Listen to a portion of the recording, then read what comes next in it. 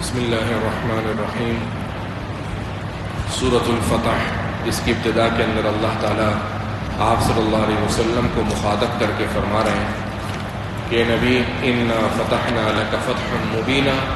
ہم نے آپ کو ایک واضح اور کھلی ہوئی فتح سے نوازا ہے، اور مقصد لیغفر لک اللہ ما تقدم من ذنبک، تاکہ جو گناہ آپ سے ہو گئے وہ اللہ معاف کر دے، بعد کے گناہ اللہ تعالیٰ اپنے فضل سے معاف کر دے، اپنی نعمت کو تم پر پورا کر دے، اور آپ کو صراط مستقیم پر استقامت سے نوازے۔ یہ سورت 6 ہجری کے اندر اس وقت نازل ہوئی کہ جب آپ صلی اللہ علیہ وسلم نے خواب دیکھا کہ میں مسجد حرام کی طرف جا رہا ہوں اور وہاں پر طواف کر رہا ہوں۔ یہ خواب دیکھنے کے بعد آپ صلی اللہ علیہ وسلم کا سفر ہوا، اور جب سفر ہوا وہاں پر مشرکین نے آپ کو مکہ المکرمہ کے اندر داخل ہونے نہیں دیا، تو حدیبیہ مقام، جسے آج کل عرب کے اندر، سعودی عرب کے اندر شمسیہ مقام کہتے ہیں، وہاں پر آپ صلی اللہ علیہ وسلم نے پڑاؤ ڈالا، اور وہاں پر آپ صلی اللہ علیہ وسلم کے پڑاؤ ڈالنے کے بعد آپ صلی اللہ علیہ وسلم وہیں سے واپس ہو گئے۔ کچھ شرائط آپس کے اندر طے ہوئی۔ آپ صلی اللہ علیہ وسلم کے صحابہ کو سخت ناگوار گزرا کہ حضور، جب ہم حق پر ہیں تو ہم ان سے جہاد کیوں نہیں کرتے؟ ہونا تو یہ چاہیے کہ ہم ان سے فتح نہ کریں، ہم ان سے فتح یابی کے ان سے فاتح ہو کر نکلیں، اور کسی بھی قسم کا ہم ان سے پیچھے کیوں ہٹیں؟ ہمیں تو چاہیے کہ ہم ان سے لڑیں۔ آپ صلی اللہ علیہ وسلم نے فرمایا کہ اللہ کا حکم ہے۔ صحابہ فرماتے تھے کہ لوگ سمجھتے ہیں کہ فتح اصل فتح مکہ ہے، لیکن در حقیقت یہ حدیبیہ یہ فتح ہے، کیونکہ اس کے اندر اللہ تعالیٰ نے اس صورت کو اتار کر جب حضور نے واپسی کا سفر شروع کیا تو یہ صورت نازل ہوئی، جس کے اندر بتایا گیا کہ در حقیقت تو تم یہاں سے واپس ہو رہے ہو، لیکن عن قریب اللہ تعالیٰ تمہیں اس ملک اور اس شہر مکہ مکرمہ کے اندر فتح کے ساتھ اور غلبے کے ساتھ داخل کریں گے۔ سورہ فتح کے اندر اس بات کا تذکرہ ہے۔ یہاں پر اس کے اندر صلح حدیبیہ کے مقام پر صلح ہوئی، اور صلح کے درمیان بیعت کا واقعہ ہوا۔ حضرت عثمان رضی اللہ عنہ کے بارے میں افواہ مشہور ہو گئی کہ کفار نے ان کو شہید کر دیا ہے، تو آپ صلی اللہ علیہ وسلم نے درخت کے نیچے 70 کے قریب صحابہ سے بیعت لی، اور حضرت عثمان کی طرف سے خود اپنا ہاتھ بڑھا کر اپنے ہی ہاتھ پر بیعت کی۔ گویا حضور کا ہاتھ حضرت عثمان کے ہاتھ کے قائم مقام تھا، اور اس پر بیعت یہ ہوئی کہ ہم اپنا بدلہ لیے بغیر ہم پیچھے نہیں ہٹیں گے۔ لیکن بعد میں پتہ لگا کہ وہ افواہ ہے۔ اس بات کا بھی تذکرہ اللہ تعالیٰ نے فرمایا کہ جو لوگ بیعت کر رہے ہیں، یہ بیعت کرنے والے در حقیقت اللہ سے بیعت کر رہے ہیں۔ اللہ کی مدد اور اللہ کی نصرت ان لوگوں کے ساتھ ہے۔ اس کے بعد اللہ تعالیٰ نے اس بات کا تذکرہ آیت نمبر 27 میں فرمایا کہ اللہ تعالیٰ نے اپنے نبی کا خواب سچ کر دکھایا، کہ جب صحابہ کہنے لگے کہ بھئی حضور نے تو خواب دیکھا تھا کہ مسجد حرام میں داخل ہو رہے ہیں اور امن سے داخل ہو رہے ہیں، حالانکہ ہم تو امن سے داخل ہوئے ہی نہیں، تو حضرت ابوبکر صدیق رضی اللہ عنہ نے صحابہ کو یہ جواب دیا کہ بھائی خواب میں یہ تھوڑا ہی تھا کہ اس سال داخل ہو رہے ہیں، خواب تو خواب تھا، خواب کی تعبیر تو بعد میں پوری ہو سکتی ہے، لیکن صورت اسی وقت نازل ہو گئی، اور اس میں کہا بھی یہ جا رہا ہے کہ اللہ نے اپنے رسول کا خواب سچ کر دکھایا، حالانکہ اس وقت تک خواب سچا نہیں ہوا تھا، بلکہ اس کے اندر 2 سال کا عرصہ لگا۔ لیکن جو چیز زمانہ مستقبل کے اندر تحقیق اور تائید کے ساتھ پیش آنے والی ہو، اس کو یوں کہہ دیا جاتا ہے گویا کہ ہو گئی، جیسے کہا جاتا ہے قیامت قائم ہو گئی، قرآن مجید کے حساب کتاب کا وقت قریب آ گیا، حالانکہ آنے والا ہے۔ لیکن اگر کوئی چیز زمانے مستقبل کے اندر اس طرح پیش آ رہی ہو جیسے کہ بہت یقینی ہو، تو اس کو یوں کہہ دیا جاتا ہے کہ گویا کہ وہ چیز ہو گئی۔ اس کے بعد اللہ تعالیٰ نے آیت نمبر 28 میں اس بات کا تذکرہ فرمایا، اللہ وہ ذات ہے جس نے اپنے رسول کو ہدایت اور سچا دین لے کر اس دنیا میں بھیجا، تاکہ اس رسول کا اور سچا دین پوری دنیا پر غالب ہو جائے، اور اس نبی کا نام ہے محمد الرسول اللہ، محمد اللہ کے رسول ہیں۔ اور محمد صلی اللہ علیہ وسلم کے ساتھ جو صحابہ ہیں کفار پر بڑے سخت ہیں، آپس میں بڑے نرم دل ہیں۔ اے نبی، آپ ان کو دیکھیں گے کہ وہ رکوع اور سجدوں کی حالت کے اندر اللہ کے فضل کو اور اللہ کی رضامندی کو تلاش کرتے ہیں۔ اس کے بعد اللہ تعالیٰ نے ان کی تورات اور انجیل کے اندر مثال کو بیان فرمایا۔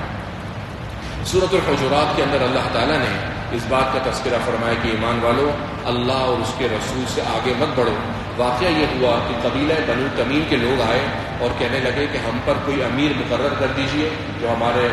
قبیلے کا بڑا ہو، سربراہ ہو. تو حضرت ابوبکر صدیق رضی اللہ عنہ کی خواہش یہ تھی کہ حضرت طلحہ کو امیر بنایا جائے، اور حضرت عمر کی خواہش یہ تھی کہ اقرع ابن حابس مضبوط امیدوار ہیں، ان کو امیر منتخب کیا جائے. حضرت ابوبکر صدیق اور حضرت عمر کے درمیان جب تھوڑی سی کشمکش پڑی تو ان کی آواز بلند ہونے لگی، اور اس وجہ سے کہ جب اللہ کے نبی درمیان میں موجود تھے تو اس وقت فوری طور پر اس معاملے کو اللہ کے نبی کے سامنے پیش کرنا چاہیے تھا، اپنی رائے دینی نہیں چاہیے تھی. یہ آیتیں نازل ہوئی کہ ایمان والو اللہ اور اس کے رسول سے آگے مت بڑھو،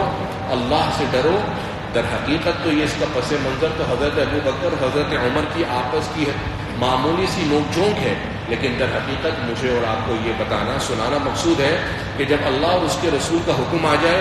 اس کے بعد اپنی عقل چلانا، عقل کے گھوڑے دوڑانا، اپنی خواہش کا اظہار کرنا، لاجک کو سمجھنا کہ میری اس میں عقل کیا کہتی ہے، میرا ذوق اور میرا مزاج کیا ہے، یہ قرآن اور حدیث سے متصادم ہے. اس کے بعد اللہ تعالیٰ نے فرمایا کہ ایمان والو اپنی آوازیں نبی کی آواز کے اوپر بلند مت کرو، اور جس طریقے سے تم لوگ آپس کے اندر بات کرتے ہو نبی سے بات کرتے وقت اپنا لہجہ انتہائی روایتی انداز کی طرح نہ ہو بلکہ انتہائی نرم ہو، ورنہ اس بے ادبی کی وجہ سے تمہارے اعمال ضائع ہو جائیں گے اور تمہیں محسوس پتہ بھی نہیں لگے گا. جس طریقے سے یہ زندگی حضور صلی اللہ علیہ وسلم کی زندگی میں حکم تھا، آج بھی یہی حکم ہے کہ حضور کے روضہ مبارکہ کے سامنے جائیں تو وہاں پر موبائل نکال کر ویڈیو بنانا، اپنی بیگم کو، اپنی بہن کو، بیٹی کو وہاں کی تصویریں دکھانا اور پیچھے سے سارے لوگ دیکھ رہے ہوں اور زور زور سے صلاۃ و سلام پڑھنا، آج بھی اس آیت کی روح سے گناہ ہے کہ ایمان والو اپنے نبی کے سامنے آواز بلند مت کرو، بلکہ جب بھی اللہ آپ کو ہمیں لے جائے وہاں پر انتہائی نرم انداز کے اندر سکون اور طمانینت کے ساتھ بغیر کوئی شور مچائے ادب اور احترام کے ساتھ انسان مسلمان اللہ کے حضور کے اندر سلام، اللہ کے حضور کے سامنے سلام پیش کرے. اور ساتھ ہی اللہ نے فرمایا کہ وہ لوگ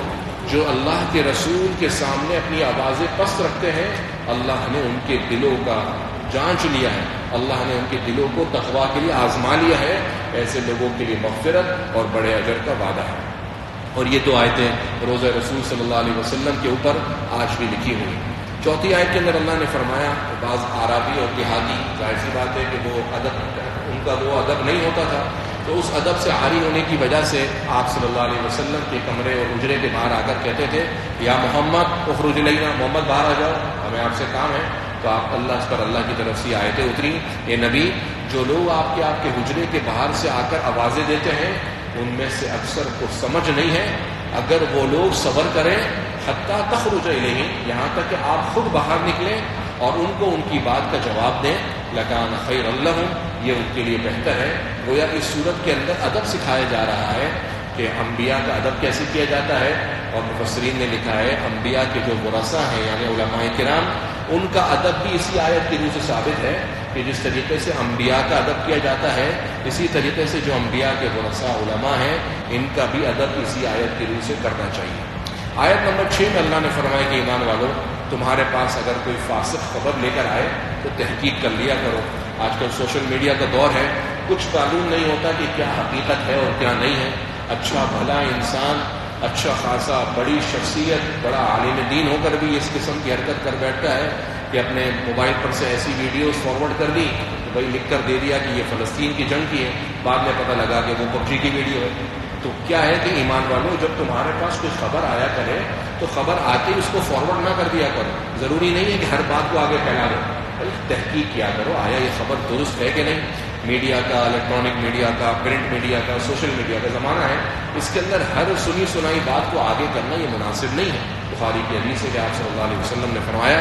کفا بالمرء کذبا، انسان کے جھوٹا ہونے کے لیے اتنا کافی ہے ان یحدث بکل ما سمع، جو بات سنے آگے بیان کر دے، جو بات سنے آگے بیان کر دے. ہر بات کو سننے سے پہلے تحقیق کرنی چاہیے کہ آیا یہ میرے معیار یا جن کے بارے میں یہ بات ہو رہی ہے آیا واقعتاً ایسا ہے یا نہیں. اگر ہے تو بیان کریں، نہیں ہے تو پھر اس صورت کے اندر بیان نہ کریں. ایمان والوں کو کہا گیا کہ اگر کوئی ایسی ویسی خبر آئے تو پہلے تحقیق کیا کرو، ورنہ تم کوئی قدم اٹھا لو گے بعد میں تم کو اس کی حسرت اور ندامت ہوگی.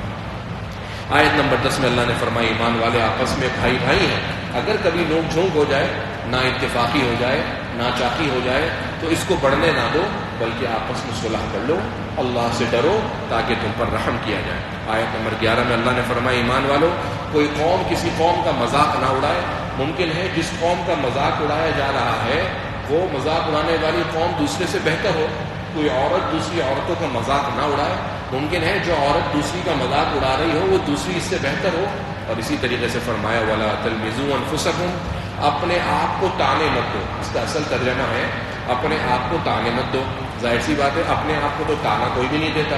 تانا تو ہمیشہ دوسرے کو دیتا ہے. لیکن قرآن کا بلیغ انداز یہ بتا رہا ہے کہ جب تم دوسرے کو تانا مارو گے تو وہ تم کو تانا مارے گا. تو گویا تمہارا دوسرے کو تانا مارنا, تمہارا دوسرے پر عیب اچھالنا ایسا ہے جیسے تم اپنے آپ پر عیب اچھال رہے ہو. لہٰذا اپنے آپ پر عیب مت اچھالو. وَلَا تَنَابَزُوا بِالْأَلْقَابِ دوسرے کو, مسلمانوں کو برے لقب سے مت پکارو. انتہائی افسوس کی بات ہے ایک دوسرا مسلمان ہے اس کو غلط لقب سے پکار رہا ہے. اچھا بھلا نام موجود ہے لیکن نام ہونے کے باوجود غلط لقب سے دوسرے کو پکار رہا ہے. قرآن مجید نے منع فرمایا. بدگمانی کرنے کا منع فرمایا کہ اس نے میرے بارے میں یہ سوچا ہوگا, اس کی میرے بارے میں یہ ہے, اس نے فلاں جگہ میرے بارے میں یہ بات کی ہوگی. اس قسم کی بدگمانی سے بچنا چاہیے. قرآن مجید نے سختی سے اس کی تردید فرمائی کہ ایسی بدگمانی نہ کرو. ولا تجسسوا اپنے مسلمان بھائی کی ٹوہ میں مت لگو.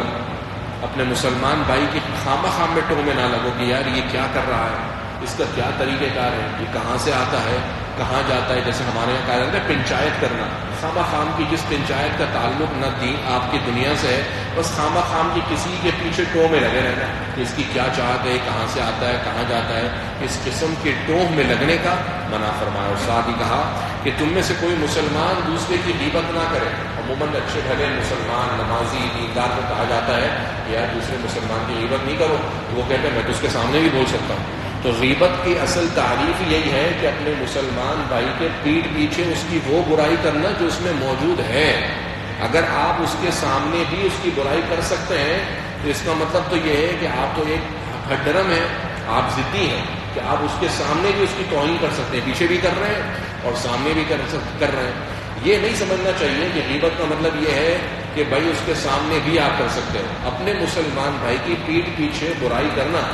اور وہ برائی اس کے اندر موجود ہو یہ غیبت ہے. اور اگر وہ برائی اس کے اندر موجود ہے ہی نہیں تو پھر تو اس کا گناہ غیبت سے زیادہ ہے. وہ بہتان کی زمرے کے اندر آتا ہے جس کی سزا اور جس کا گناہ غیبت سے زیادہ ہے. غیبت کا نقص غیبت کا نتیجہ اللہ نے یہ بتایا کہ کیا تم میں سے کسی کو پسند ہے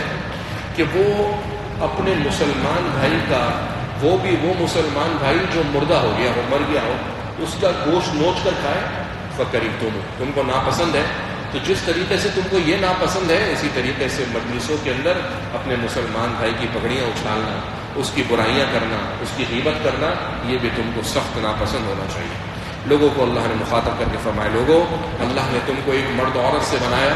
تمہارے بہت سے قبیلے بنائے. یہ سب اس لیے کہ تاکہ تمہارے اندر شناخت ہو. سارے ایک ہی قبیلے کے ہوتے تو بس سب ایک ہی قبیلے کے. مختلف قبیلے کے بنائے, بھائی تم کہاں سے, میں یہاں سے, تم کہاں سے, آپس کے اندر جوڑ پیدا ہوگا الگ الگ چیزوں سے. لیکن اللہ کے یہاں یہ معیار نہیں ہے کہ کون کس قبیلے کا ہے, کون کس ذات سے تعلق رکھتا ہے, کون کس سوسائٹی کا تعلق رکھتا ہے. اللہ کے نزدیک معیار عند اللہ یتقاکم, جو اللہ کے ہاں گناہوں سے بچنے والا ہے اللہ کے نزدیک یہ معزز ہے, یہ بڑا اچھا آدمی. سورہ قاف کے اندر اللہ تعالیٰ نے پچھلی قوموں کا تذکرہ فرمایا, انسان کے بارے میں فرمایا کہ انسان جو کچھ بھی کرتا ہے اس کو جو بھی وہ کرتا ہے دو فرشتے اس کے دائیں اور بائیں ہیں, جو بھی وہ عمل کرتا ہے وہ بیٹھے ہیں, وہ لکھ لیتے ہیں. ما یلفظ من قول الا لدیہ رقیب عتید, کوئی بھی بات کرتا ہے فرشتے اس طاق میں بیٹھے ہیں کہ اس کی بات کو لکھ لیں. انسان کو اپنی زبان سے بات کرتے ہوئے محتاط ہونا چاہیے. آج اس کے بعد اللہ تعالیٰ نے موت کے منظر کا ذکر فرمایا, جہنم کے بارے میں فرمایا کہ جہنم جس دن جوبن پر ہوگی, عروج پر ہوگی, اور اللہ جہنم سے فرمائیں گے کیا تو بھر گئی ہے, تیرے اندر اب مزید گنجائش ہے؟ تو جہنم بولے گی حل من مزید, اور ہے تو اور بھی دے دو, میرے اندر تو گنجائش ہے. اس کے مقابلے میں وہ لوگ, ان لوگوں کا تذکرہ جو لوگ جنت میں داخل ہوں گے, نمازوں کے پڑھنے والے, اللہ سے ڈرنے والے. اس کے بعد اللہ تعالیٰ نے آپ صلی اللہ علیہ وسلم کی وساطت سے مجھے اور آپ کو حکم دیا کہ لوگوں کی باتوں پر صبر کریں. اے نبی, لوگ آپ کے بارے میں جو بھی کہتے ہیں ہر بات کا ضروری نہیں ہے کہ آپ جواب دیں. تنقید برائے تنقید, تنقید برائے تنقید, مناظرہ, مباحثہ, جواب در جواب, جو وہ کہتے ہیں صبر کیجئے حضور کی وساطت سے مجھے اور آپ کو بھی کہا جا رہا ہے، اور اس کے ساتھ ہی نماز پڑھنے کا حکم دیا جا رہا ہے کہ جب لوگ آپ کے بارے میں غلط سلط باتیں کریں، آپ کا دل ٹوٹے، تو اللہ کی طرف متوجہ ہو کر اپنے دل کو مضبوط کر لیجئے، اللہ سے تعلق کو مضبوط کر لیجئے۔ اے نبی وسبح بحمد ربک قبل طلوع الشمس وقبل الغروب، سورج طلوع ہونے سے پہلے اللہ کی پاکی بیان کیجئے، یعنی فجر کی نماز، وقبل الغروب، اور غروب سے پہلے یعنی عصر کی نماز، اور ظہر کی نماز بھی غروب سے پہلے ہی ہوتی ہے درمیان میں، اور ومن اللیل فسبح، رات کے اندر بھی اللہ کی تسبیح بیان کیجئے، یعنی مغرب اور عشاء کی نماز، وادبار السجود، اور فرض نمازوں کے بعد بھی اللہ کی تسبیح بیان کیجئے، یعنی 33 دفعہ سبحان اللہ، 33 دفعہ الحمدللہ، اور 34 دفعہ اللہ اکبر، اس کے پڑھنے کا حکم اللہ تعالیٰ نے دیا۔ سورۃ الذاریات کے اندر اللہ تعالیٰ نے قسمیں کھا کر فرمایا کہ قیامت کے دن کا عذاب قریب ہے اور وہ واقع ہو کر رہے گا۔ متقی لوگوں کی صفات بیان کی کہ متقی وہ لوگ ہیں کانوا قلیلا من اللیل ما یہجعون، رات کا بہت کم حصہ سوتے ہیں، صرف جاگتے نہیں ہیں بلکہ جاگ کر عبادت کرتے ہیں، وبالاسحار هم یستغفرون، سحری کے وقت اللہ سے خوب معافی مانگتے ہیں۔ عام دنوں کے اندر سحری کے اندر اٹھنا، تہجد میں اٹھنا بعض اوقات مشکل ہوتا ہے، اب تو ہر مسلمان اٹھ رہا ہے، اب ہر مسلمان بہن اٹھ رہی ہے، ہمارے گھر والے بھی اٹھ رہے ہیں، بیوی بچے والدہ سب اٹھ رہے ہیں، تو کیا ہی اچھا ہو کہ اس جماعت کے اندر میرا اور آپ کا شمول ہو جائے کہ بھائی 10-15 منٹ کے لیے ہم مختص کر لیں کہ سحری کے وقت اللہ سے خوب دعائیں کریں گے، سحری بھی کریں گے، اور سحری کے اندر 15 منٹ اللہ کے لیے وقف کر دیں کہ 15 منٹ کے لیے دنیا اور جو کچھ دنیا کے اندر ہے اس سے بے نیاز ہو کر صرف اور صرف اللہ سے تعلق قائم کر کے اپنے آپ کو ان لوگوں میں شمار کروا لیں۔ وبالاسحار هم یستغفرون، سحری کے وقت وہ لوگ اللہ سے معافی طلب کرتے ہیں، ان کے مال کے اندر غریبوں کا حق ہے، وہ لوگ زمین کے اندر ایسے آیات نشانیاں ہیں ان یقین رکھنے والوں کے لیے، اور زمین تو بہت دور کی بات ہے، زمین میں تو اللہ کی قدرت کی نشانیاں ہیں ہی، وفی انفسکم، اگر تم کو اللہ کی نشانیاں دیکھنی ہیں تو اپنے جسم میں ہی دیکھ لو کہ تمہارا جسم کوئی چھوٹی موٹی فیکٹری تو نہیں ہے، بہت بڑی فیکٹری ہے، یوں سمجھیے چلتا پھرتا کارخانہ ہے۔ ایک فیکٹری اور کارخانے کے اندر کس طریقے سے نظام،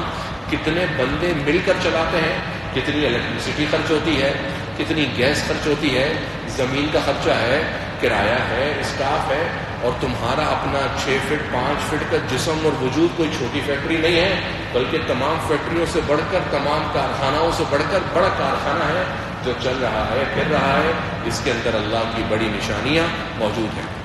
حضرت ابراہیم علیہ السلام کے پاس جو مہمان آئے تھے اس کا تذکرہ ہوا، آسمان کو اللہ نے بنایا، زمین کو اللہ نے بچھایا، ہر چیز کو جوڑے جوڑے بنایا، اللہ نے تمام نعمتوں کا ذکر کرنے کے بعد فرمایا فَفِرُّوا إِلَى اللَّهِ، اللہ کی طرف دوڑ لگاؤ،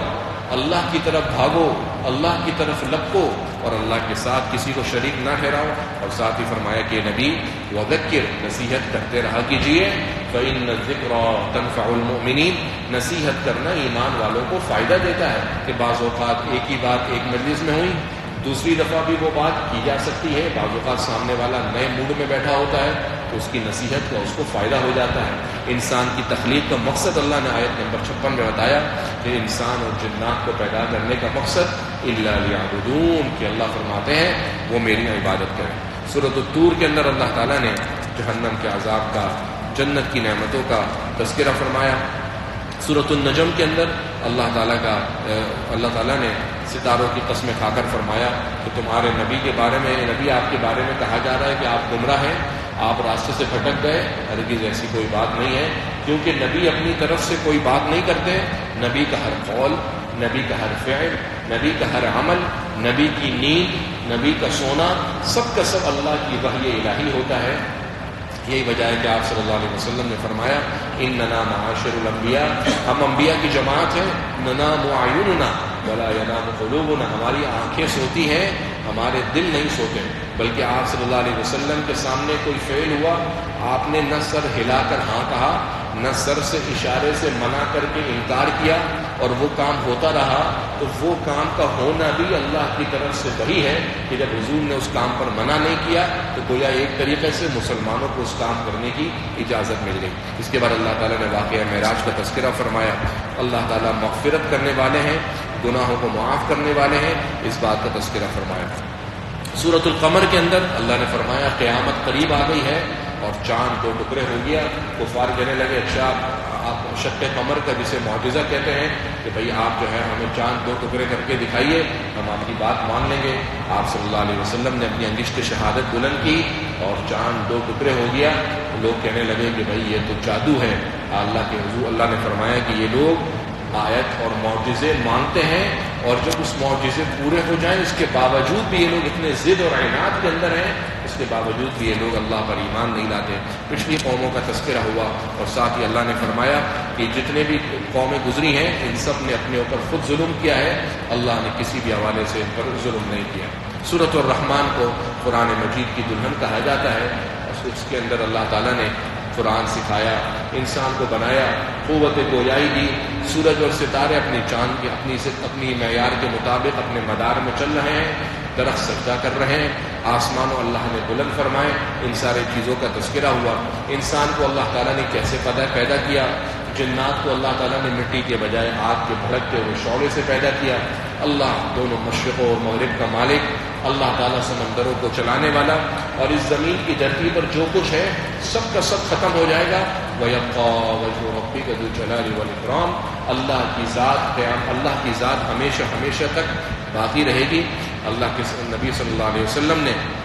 جب یہ آیتیں پڑھ کے سنائی، فَبِأَيِّ آلَاءِ رَبِّكُمَا تُكَذِّبَانِ، جس میں بار بار آتا ہے تو صحابہ خاموش رہے۔ حضور نے فرمایا کہ تم لوگ کیوں خاموش ہو؟ جب یہ آیتیں جنات کے سامنے پڑھی گئیں تو انہوں نے کہا لا بشیء من نعمک ربنا نکذب فلک الحمد، کہ اللہ جتنی نعمتیں آپ نے اس میں بیان کری ہیں ہم ان میں سے کسی بھی نعمت کو جھٹلاتے نہیں ہیں، آپ ہی قابل ستائش ہیں، آپ ہی قابل تعریف ہیں۔ آیت نمبر 39-40 میں اس بات کا تذکرہ کہ قیامت کے دن اس سے اس کے گناہوں کے بارے میں پوچھا نہیں جائے گا، کیونکہ گنہگاروں کو ان کے چہروں کی علامتوں سے پہچان لیا جائے گا، تو پوچھنے کی نوبت ہی نہیں آئے گی، بلکہ ان کے چہروں کی علامتیں، ان کے چہروں کی پھٹکار اور نحوست اس بات کو بتا دے گی کہ یہ لوگ گنہگار ہیں، اور ایسے لوگوں کو پیشانیوں اور قدموں سے پکڑ کر جہنم رسید کر دیا جائے گا۔ ساتھ ہی اللہ تعالیٰ نے ایمان والوں کو جو وہاں پر حور عین ملے گی اس کا تذکرہ کیا، فرمایا کہ وہ ایسی حور عین اور بیویاں ہوں گی جس کو کسی انسان نے آج تک یا کسی جنات نے آج تک چھوا نہیں ہوگا، گویا کہ وہ یاقوت اور مرجان ہیں، اور یہ ایسی بیویاں ہیں حور مقصورات فی الخیام، کہ یہ اپنے اپنے گھروں کے اندر ہوں گی، اور مسلمان اور جتنے لوگ وہاں پر ایمان والے ہیں ان کو اللہ تعالیٰ ان حور عین سے نوازیں گے۔ سورۃ الواقعہ حدیث شریف کے اندر ہے کہ جو شخص رات میں اور بعض روایات کے مطابق مغرب کے بعد پڑھے اس کو کبھی بھی فاقہ نہیں ہوگا۔ سورۃ الواقعہ کے اندر بھی اللہ نے 3 گروہوں کا تذکرہ فرمایا، وہ لوگ جو VIP ہیں، السابقون السابقون، اللہ نے کہا ان کا ہی کیا ہی کہنے، وہ تو اللہ کے بہت قریب ہیں۔ اس کے مقابلے میں وہ لوگ جو دائیں ہاتھ والے، وہ لوگ جو نیکی کرنے والے ہیں، پھر بائیں ہاتھ والے جن کے گناہ زیادہ ہیں۔ اللہ تعالیٰ نے ان تینوں گروہوں کا تذکرہ فرمایا، جنت کی نعمتیں، جہنم کی نعمتیں، اس کا تذکرہ۔ اللہ فرماتے ہیں اس کے بعد آیت نمبر 57 کے بعد سے، جو تم پانی پیتے ہو تمہارا کیا خیال ہے؟ یہ پانی آسمان سے تم نے اتارا ہے، اگر اللہ اس پانی کو کھارا کر دیتے تم کیا کرتے؟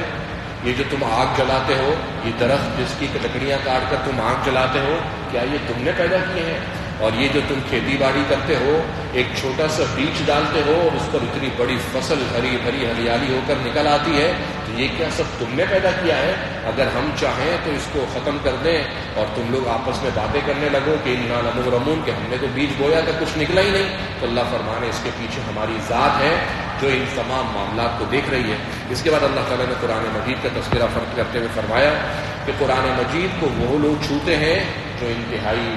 پاکیزہ ہیں، یعنی باوضو ہیں، اس کا چھوتے ہیں۔ اس کے بعد اللہ تعالیٰ نے ان تینوں گروہ جو اللہ کے قریبی ہیں ان کی موت کیسے آئے گی، وہ لوگ جو داہنے ہاتھ والے یعنی جن کی نیکیاں زیادہ ہیں ان کی موت، اور وہ لوگ جو بدعملیوں کے مرتکب ہیں ان کی موت کیسے آئے گی۔ سورہ واقعہ کے آخر میں اللہ نے اس کا تذکرہ فرمایا۔ سورہ حدید کے اندر اللہ تعالیٰ نے اس بات سے آغاز فرمایا کہ جو کچھ آسمانوں اور زمین میں ہے سب اللہ کی پاکی بیان کرتے ہیں۔ اللہ کے لیے آسمان اور زمین کی بادشاہت، زندگی موت اللہ کے ہاتھ میں، وہی ایسا پہلا ہے جس سے پہلے کوئی نہیں، وہ ایسا آخری ہے جس کا آخری کوئی نہیں، وہ ایسا ظاہر ہے جس کے اندر کوئی نہیں، وہ ایسا باطن ہے جس کے باہر کوئی نہیں، وہ اللہ ہر چیز کو جاننے والا ہے۔ آسمان اور زمین کو 6 دن میں بنایا، پھر عرش کے اوپر جلوہ افروز ہوا، دن کو رات میں ڈالتا ہے، رات کو دن میں ڈالتا ہے، اس تعداد کو جانتا ہے جو فرشتے لے کر اترتے ہیں، جو فرشتے اعمال کو لے کر چڑھتے ہیں۔ اللہ کو ان تمام معاملات کا علم ہے۔ وَهُوَ مَعَكُمْ أَيْنَمَا كُنتُمْ، اور جہاں کہیں تم ہو اللہ تمہارے ساتھ ہے، جو کچھ تم کرتے ہو اللہ تعالیٰ اس سے باخبر ہے۔ آیت نمبر 12 میں اللہ نے اس بات کا تذکرہ فرمایا کہ نبی قیامت کے دن آپ ایمان والوں اور ایمان والیوں کو دیکھیں گے کہ ان کے داہنے ہاتھ کے اندر ایک نور ہوگا، اس نور کو لے کر وہ اپنے ہدف اور منزل کی طرف بڑھتے ہوں گے، اور ان سے کہا جا رہا ہوگا تمہارے لیے خوشخبری ہو، جنت تمہاری منتظر ہے جس کے نیچے تمہاری نہریں بہتی ہیں، تم اس میں ہمیشہ رہو گے۔ اور جب یہ لوگ نور لے کر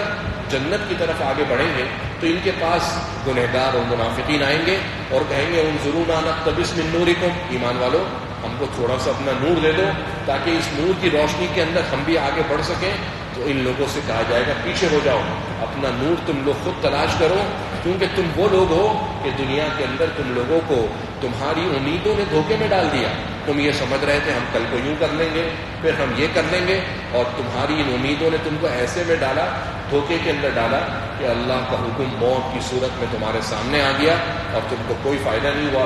علماء نے مفسرین نے لکھا ہے اور بعض احادیث سے بھی ثبوت ہے کہ وہ لوگ جن کے ہاتھ میں قیامت کے دن نور ہوگا یہ وہ لوگ ہیں جو صبح فجر کے اندر نمازوں کے لیے جاتے ہیں، اندھیرے کے اندر جو فجر کی نمازوں کے لیے جاتے ہیں۔ آپ صلی اللہ علیہ وسلم نے فرمایا